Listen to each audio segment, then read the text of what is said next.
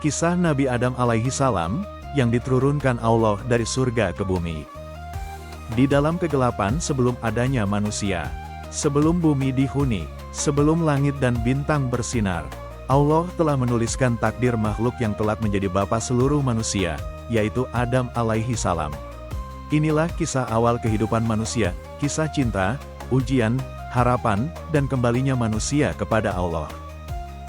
Di sebuah alam semesta yang sunyi, Allah berkehendak menciptakan makhluk yang akan menjadi khalifah di bumi. Dari tanah liat yang lembut, dibentuklah sosok manusia dengan sempurna. Lalu Allah meniupkan ruh ke dalamnya. Maka hiduplah Adam, manusia pertama.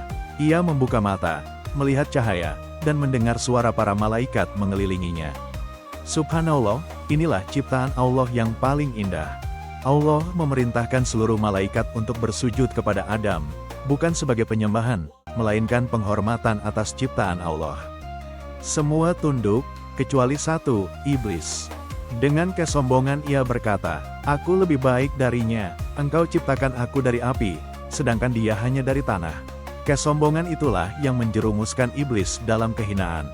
Ia diusir dari surga, namun bersumpah akan menyesatkan anak cucu Adam hingga akhir zaman.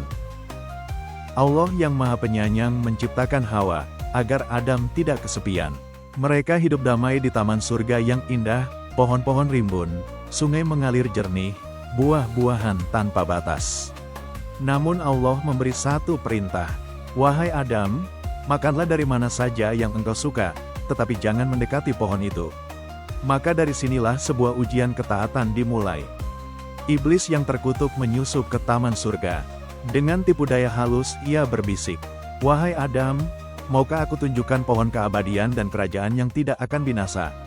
Adam dan Hawa tergoda. Mereka mendekati pohon itu, memetik buahnya, dan memakannya. Seketika cahaya mereka sirna, aurat terlihat, dan rasa malu menyelimuti hati. Mereka menangis, memohon ampun kepada Allah.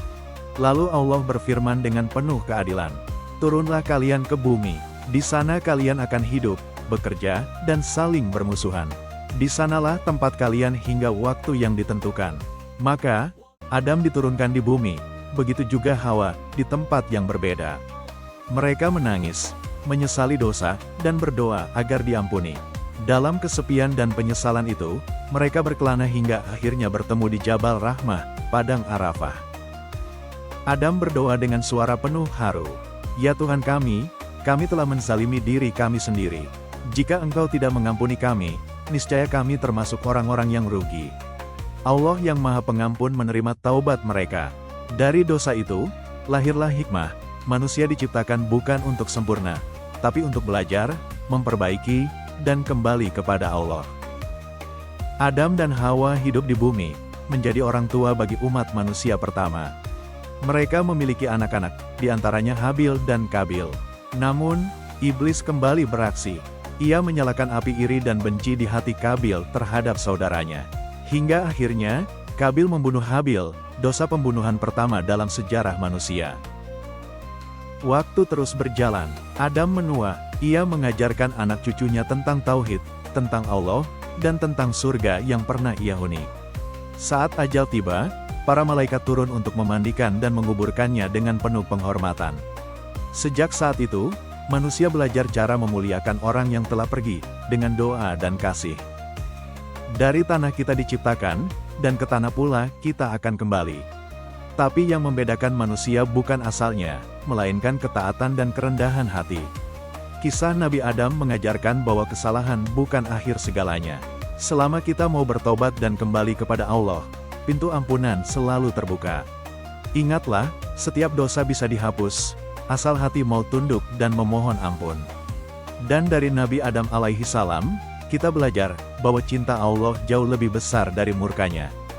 Terima kasih sudah menonton kisah penuh hikmah ini.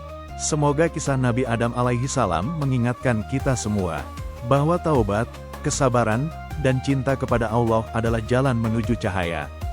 Jangan lupa untuk subscribe, like, komen, dan share video ini agar semakin banyak yang mendapat manfaatnya. Dukunganmu sangat berarti untuk kami terus menghadirkan kisah-kisah Islami yang menginspirasi. Terima kasih dan sampai jumpa di kisah berikutnya. Wassalamualaikum warahmatullahi wabarakatuh.